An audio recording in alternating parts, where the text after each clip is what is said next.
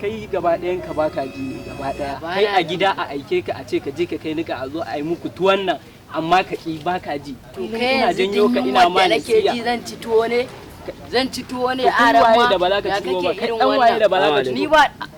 Wa alaikum salam. Kaga dallaya aka yi ne fita daga gurin. Amma wannan yaran yana ma. Ka raina mu ma wallahi. Kana ganin manyan mutane a guri kana shigowa guri. A rahin manyan mutane kare ka a gurin nan. Ubanka ni kaje ga wannan mutanen ubanka. Kaga dan siyo mana ruwa a can na 40 ka rike can. Na ga alamun baka da kuɗi ne. Kai wannan yaran yana da hankali kuwa. Gaskiya ba shi da hankali. Yanzu nan ma na siya. Sai ka rike canjin 10. Amma wannan yaran yana ma hankali. Kamar ubanka. Ni zaka aika. Ba za ka ba? Amma wannan yaran ba bai da tarbiyya a gidansu wallahi. Karfin mu aike ka ne gurgu. Ubanka. Ni kake zagi. An zage ka uwarka don uwarka. Ni kake zagi gurgu. Wannan yaran bai da kunya ma. Ba shi da kunya wallahi. Kai wannan bai aika aika ba. ba. Ruwan ba kenan. Ba za a siyo ba.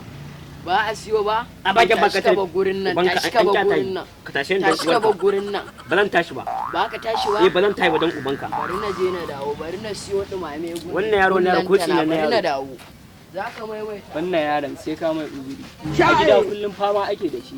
Ba shi da hankali. To mutumin da bai kyale iyayensa ba ni waye ni dai kyale ni. Shi ne nake ga ma sai